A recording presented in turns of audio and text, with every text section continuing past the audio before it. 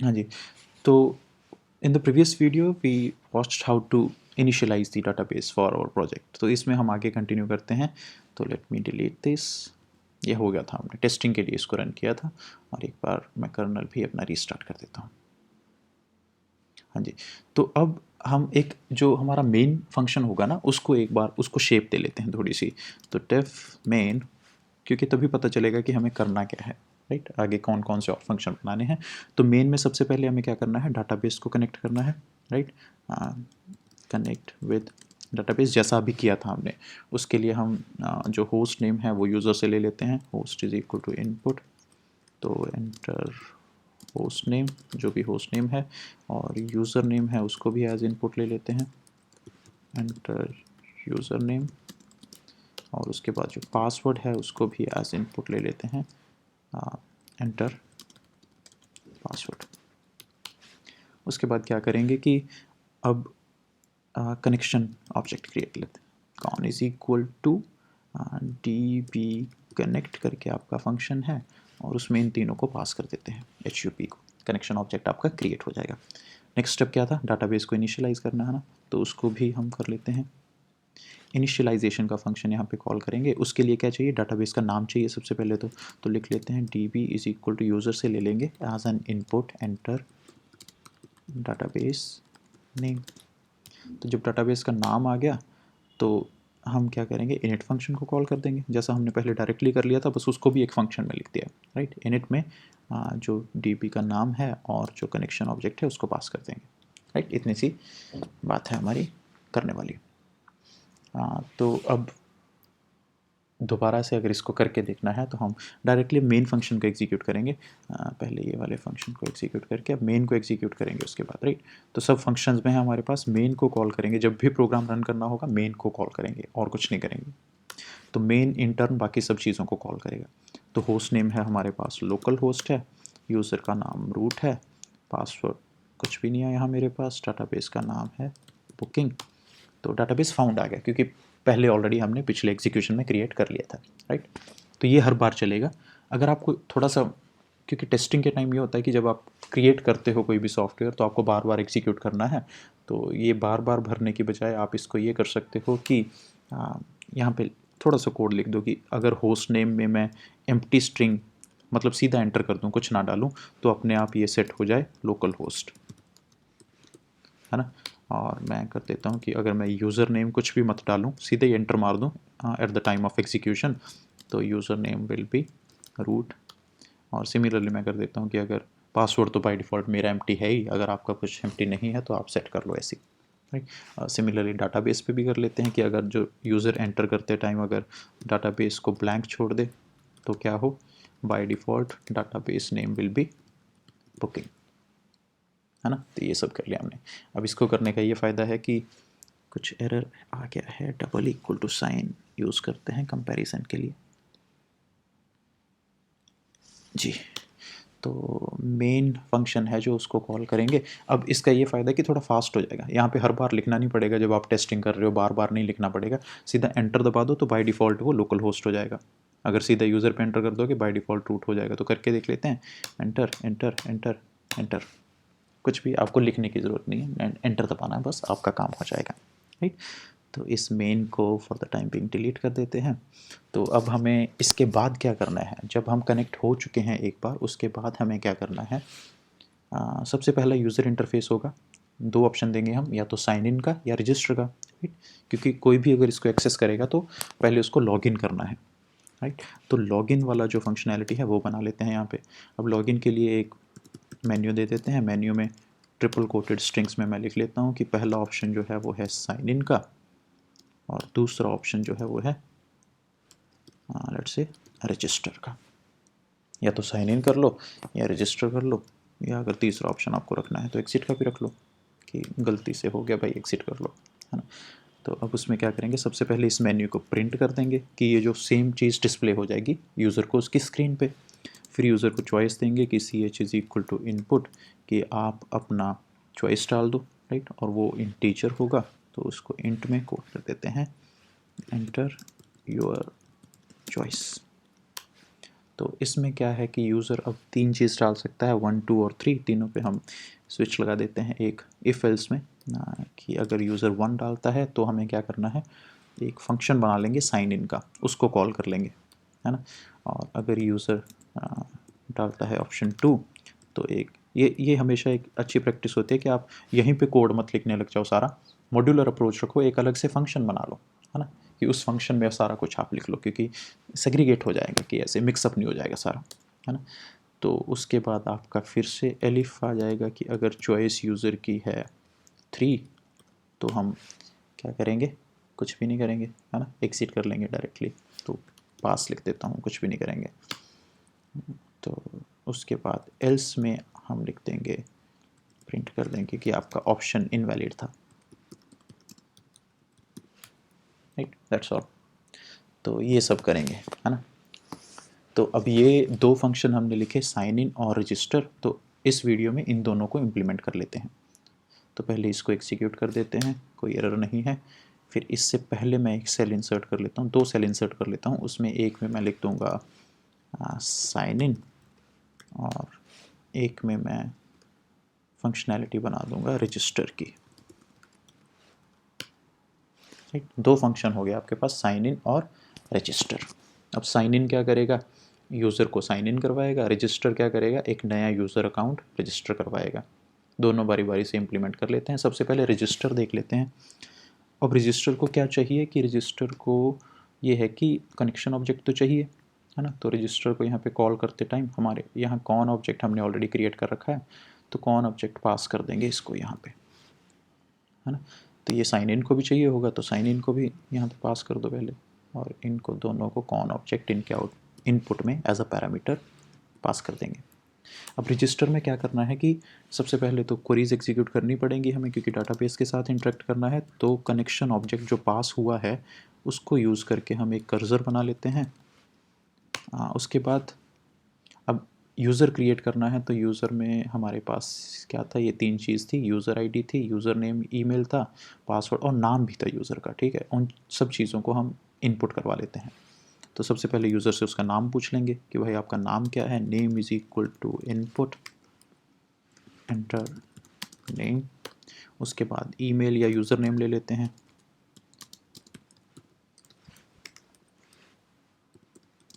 इस पे कोई भी वैलिडेशन वगैरह नहीं लगाएंगे, सिंपल रखेंगे। उसके बाद आप इसको अपने हिसाब से जैसे मर्जी इम्प्रूव कर लो। पासवर्ड का मैं डायरेक्टली प्लेन टेक्स्ट में ही लेके प्लेन टेक्स्ट में ही स्टोर कर रहा हूँ।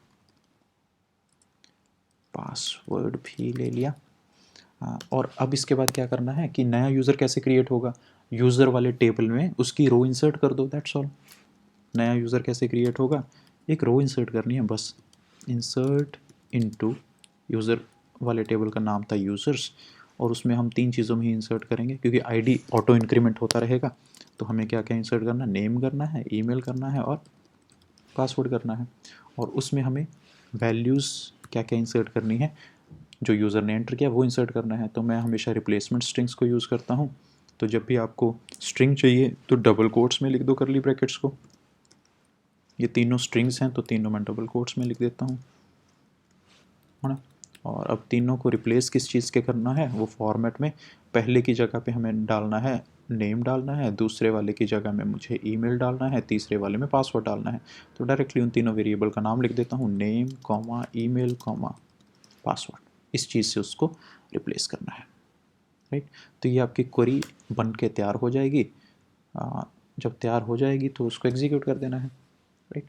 तो एग्जीक्यूट कर देते हैं। उसमें हम क्या करेंगे, कर डॉट एग्जीक्यूट एसक्यूएल, है ना। अब इसमें क्या है, इसमें एरर आ सकता है क्योंकि ईमेल पे हमने वो लगा रखा है कि email must be unique. Table create करते टाइम आपको याद होगा इनिशियलाइजेशन में। तो अगर एरर का स्कोप है, एक्सेप्शन का स्कोप है, तो हम इसको ट्राई ब्लॉक में रख लेते हैं कि भाई ये काम ख़राब कर सकता है, इसको ट्राई ब्लॉक में रख लो। और अगर ये सही चल पड़ता है तो हम कर देंगे कि यूज़र की जो रजिस्ट्रेशन है वो सक्सेसफुल है ना। और उसके बाद अपने कर्सर को क्लोज़ कर देंगे और अब इस फंक्शन से रिटर्न करवा देते हैं ट्रू, कि भाई हो गया, सही हो गया। अगर नहीं हुआ सही तो क्या करेंगे, तो डायरेक्टली कर्सर को क्लोज़ कर देंगे और प्रिंट कर देंगे कि एरर आ गया, error while creating new user. और उसमें क्या एरर, मोस्ट प्रॉब्ली क्योंकि हमारा यही एरर होगा, अगर कनेक्शन क्रिएट हो चुका है फिर नहीं हो रहा है इंसर्ट तो डुप्लीकेट ईमेल आईडी होगा। या हम लिख सकते हैं कि अकाउंट ऑलरेडी एग्जिस्ट, है ना, तो ईमेल ऑलरेडी एग्जिस्ट, ऐसा एरर आपको आता है एप्लीकेशंस में। तो यही सब कंट्रोल्स लगाए होते हैं, ज़्यादा कुछ खास होता नहीं है ऐप डिज़ाइन में। अगर आप सीख जाओगे एक बार तो अच्छे से बना सकते हो कुछ भी, राइट।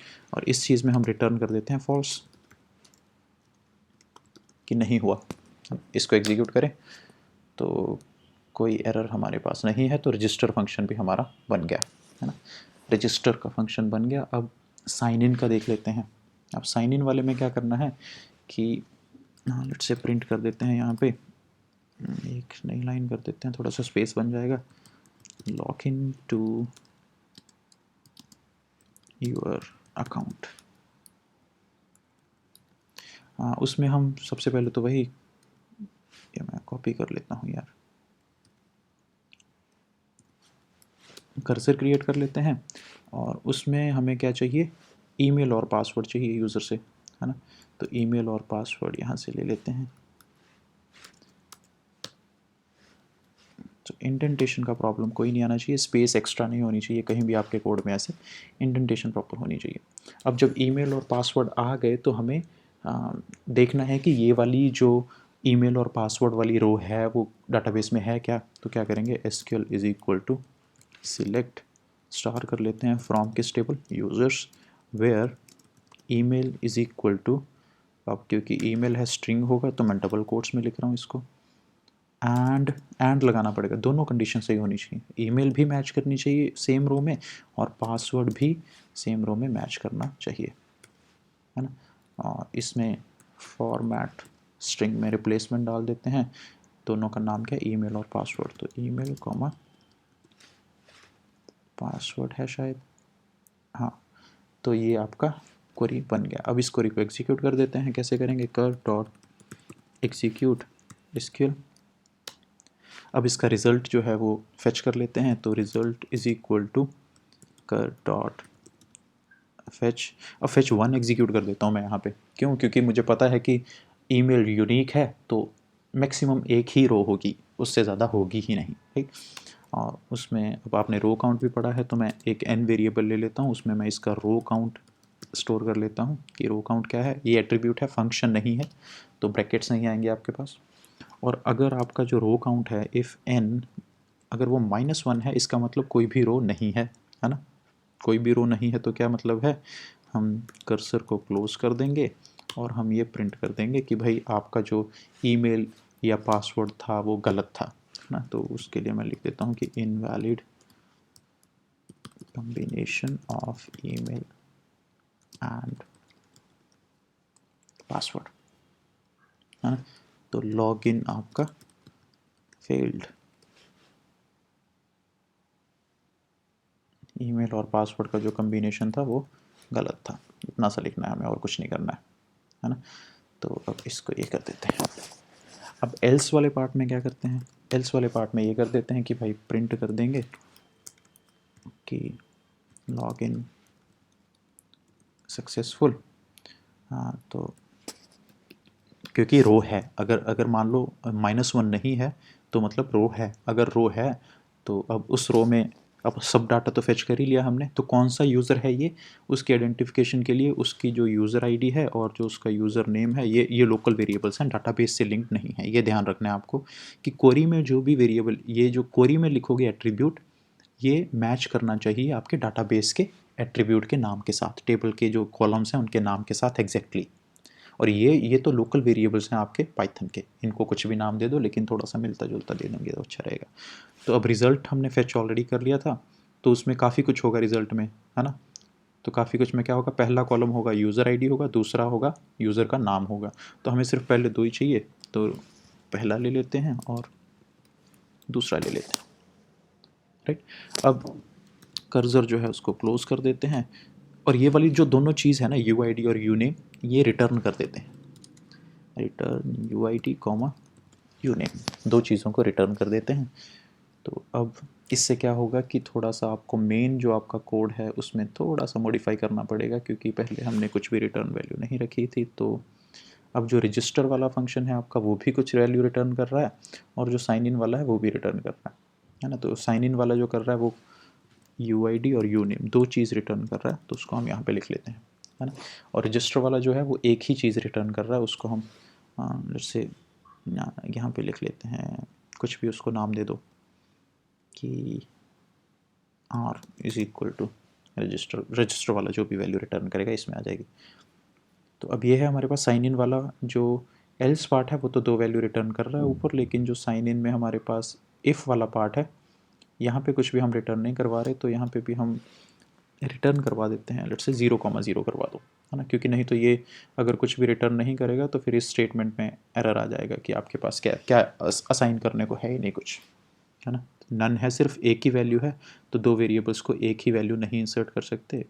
अगर यहाँ पे दो वेरिएबल्स हैं तो यहाँ पे भी दो वैल्यूज़ होनी चाहिए हमेशा, राइट। तो हाँ जी, ये हो गया हमारा साइन इन का और रजिस्टर का ऑप्शन। अब रजिस्टर करने के बाद भी तो साइन इन तो करनी होता है ना। तो उसमें हम क्या करते हैं कि सिंपल सी एक क्वेरी लिख देंगे यहाँ पे कि अगर जो आपका R है वो ट्रू है, इफ़ R, क्योंकि जो रजिस्टर वाला फंक्शन है वो या तो ट्रू रिटर्न कर रहा है या फॉल्स रिटर्न कर रहा है। अगर ट्रू है मतलब रजिस्ट्रेशन सही हो गई है, अगर R जो है आपके पास इज़ इक्वल टू ट्रू है ना। इसकी बजाय आप इसको सिंपल करने के लिए डायरेक्टली ये भी लिख सकते हो यहीं पे कि जब आप इसको कॉल कर रहे हो अगर ये ट्रू रिटर्न कर रहा है तो इफ़ रजिस्टर, ये लिखना है सिमिलर टू कि if register con is equal to यहाँ पे ट्रू, है ना। उसका मतलब भी सेम ही होता है, इसका भी सेम ही कि अगर रजिस्ट्रेशन सक्सेसफुल है तो क्या करेंगे, तो साइन इन को कॉल कर देंगे कि भाई आप रजिस्टर आपने सही से कर लिया, आप साइन इन कर लो, है ना। तो ये आपके पास हो जाएगा। और अगर रजिस्ट्रेशन नहीं है सक्सेसफुल तो क्या करना है, तो कुछ नहीं करना, पास कर देना। तो भी अब इसको चाहे आप लिखो चाहे ना लिखो, ये यूनिफॉर्मिटी, कई कई लोग प्रेफर करते हैं कि इफ़ के साथ एल्स लगाने को। अगर मैं इसको नहीं भी लिखूंगा तो भी कोई दिक्कत नहीं है मेरे पास, ठीक। तो लेकिन फॉर द टाइम बिंग इसको रहने देता हूँ ऐसे, है ना। तो अब ये हो गया आपके पास सब कुछ। एक और चीज़ है कि हमारे प्रोग्राम को जब भी हम यहाँ पे एग्ज़िट करेंगे यहाँ पे, तो जो भी कनेक्शन है हमारा उसको कमिट कर देंगे ताकि डाटाबेस में आपका परमानेंटली राइट हो जाए सब कुछ। कॉन डॉट कमिट मैंने ऐड कर दिया टू कमिट टू डाटाबेस, है ना। अब इसमें कमेंट्स मैं बाद में ऐड कर दूंगा आपको कोड डिस्ट्रीब्यूट करते टाइम, यहाँ पे ज़्यादा अभी मैं नहीं लिख रहा हूँ कमेंट्स। लेकिन बड़ा इंपॉर्टेंट है कि आपको डॉक्यूमेंटेशन देनी होती है अपने कोड में कि कमेंट्स ज़्यादा से ज़्यादा इंक्लूड करिए। Commit to the database. अब इन दो फंक्शनैलिटीज़ को हम यूज़ करके देख लेते हैं जो अभी हमने किया है, रजिस्टर किया है और हमने साइन इन किया है। तो देख लो भाई, मेन को कॉल कर लो, उसके बाद आपका होस्ट नेम एंटर दबाते जाओ, आपका बाय डिफ़ॉल्ट ले लेगा। तो हमारा डाटाबेस फाउंड है, उसके बाद तीन ऑप्शन दे दिए इसने, साइन इन, रजिस्टर और एग्ज़िट। तो सबसे पहले एग्ज़िट को टेस्ट कर लेते हैं, ईजी है। एग्ज़िट हो गया, ठीक है। एग्ज़िट में अगर आपको कोई मैसेज देना है यहाँ पे तो आप दे सकते हो कि प्रिंट एग्जिटिंग या बाय बाय, कुछ भी आप लिख दो, राइट। तो थोड़ा सा आपका वो हो जाएगा। उसके अलावा जो ऑप्शन है हमारे पास साइन इन का सबसे पहले और रजिस्टर का है। तो साइन इन ट्राई कर लेते हैं। साइन इन, एरर आना ही था, तो एरर क्या है, sign in is not defined. अच्छा, तो हमने साइन इन बना तो लिया उसको अभी। अब ये आप देख सकते हो ऐसे कि अगर यहाँ पे एग्जीक्यूटेड है तो उस पर आपका आई पाइथन का एग्जीक्यूशन नंबर आएगा, नहीं तो नहीं आएगा। साइन इन को हमने एग्जीक्यूट नहीं किया था, अभी किया है, तो इसलिए वो बोल रहा है कि साइन इन जो फंक्शन है उसको नहीं मिला। तो हम यहाँ पे दोबारा साइन इन करते हैं, मिल गया है, log in to your account. अब इसमें एंटर ईमेल है, तो जो पहले ऑलरेडी आपको याद होगा हमने एक एडमिन अकाउंट बनाया था, उसको टेस्ट कर लेते हैं। एडमिन यूज़र नेम और उसका पासवर्ड भी एडमिन ही रखा था। तो ये बोल रहा है लॉग इन सक्सेसफुल है हमारे पास, ठीक है। तो लॉग इन हमारा काम कर रहा है। इसमें ये भी टेस्ट कर लेते हैं कि अगर मैं लॉग इन में लिख दूँ एडमिन और पासवर्ड में 1 2 3 लिख दूँ तो लॉग इन फेल्ड हो गया, invalid combination of email and password आ गया, है जी। तो ये सही सही चल रहा है हमारा। तो और क्या है इसमें, रजिस्टर भी देख लेते हैं। नया यूज़र अकाउंट बनाना है तो क्या करना है, रजिस्टर करना है। नाम तो चलो फिर अपना नाम लिख देते हैं। ईमेल में ऐसे कोई ईमेल लिख लेता हूँ JKS8 gmail.com। पासवर्ड में यहाँ पे जैसे मैंने 123 लिख दिया, बड़ा ही not to be used password है। अब सक्सेसफुल होगी रजिस्ट्रेशन, कोई एरर नहीं आया। उसके बाद बोल रहा है log in to your account. अब log in to your account में ईमेल डालना है, या इस पे आप यूज़र नेम भी डाल सकते हो, कुछ भी यहाँ स्लैश करके यूज़र डाल दो, है ना, तो ईजी हो जाएगा लॉगिन करना। मैं ईमेल पूरे का पूरा डाल देता हूँ। पासवर्ड क्या है हमारा 123। लॉगिन सक्सेसफुल है हमारा, राइट। अब लॉगिन सक्सेसफुल में आप कुछ वेलकम करके कुछ डाल सकते हो ना, वेलकम करके कि कुछ भी आपके ऊपर डिपेंड करता है। जैसे लॉगिन अगर हो गया सक्सेसफुल तो उसके बाद एक और डाल दो आप यहाँ पे कमांड की प्रिंट, या इसके बाद कर दो क्योंकि यूज़र ने फेच कर लिया है, print welcome comma your name, है ना। तो आपका एक वेलकम मैसेज भी वहाँ पे आ जाएगा, जो भी यूज़र साइन इन करेगा उसका वेलकम मैसेज आ जाएगा। तो दैट्स ऑल, है ना। तो ये वाले आपका साइन इन और रजिस्टर का डोमेन हो गया, यूज़र अकाउंट बनाने का, यूज़र अकाउंट को साइन इन करने का। तो मॉड्यूलरी अप्रोच है, थोड़ा अलग अलग फंक्शंस को हम अलग अलग वीडियोस में कर रहे हैं। तो इतना ही इस वीडियो में, बाकी नेक्स्ट वीडियो में देखते हैं।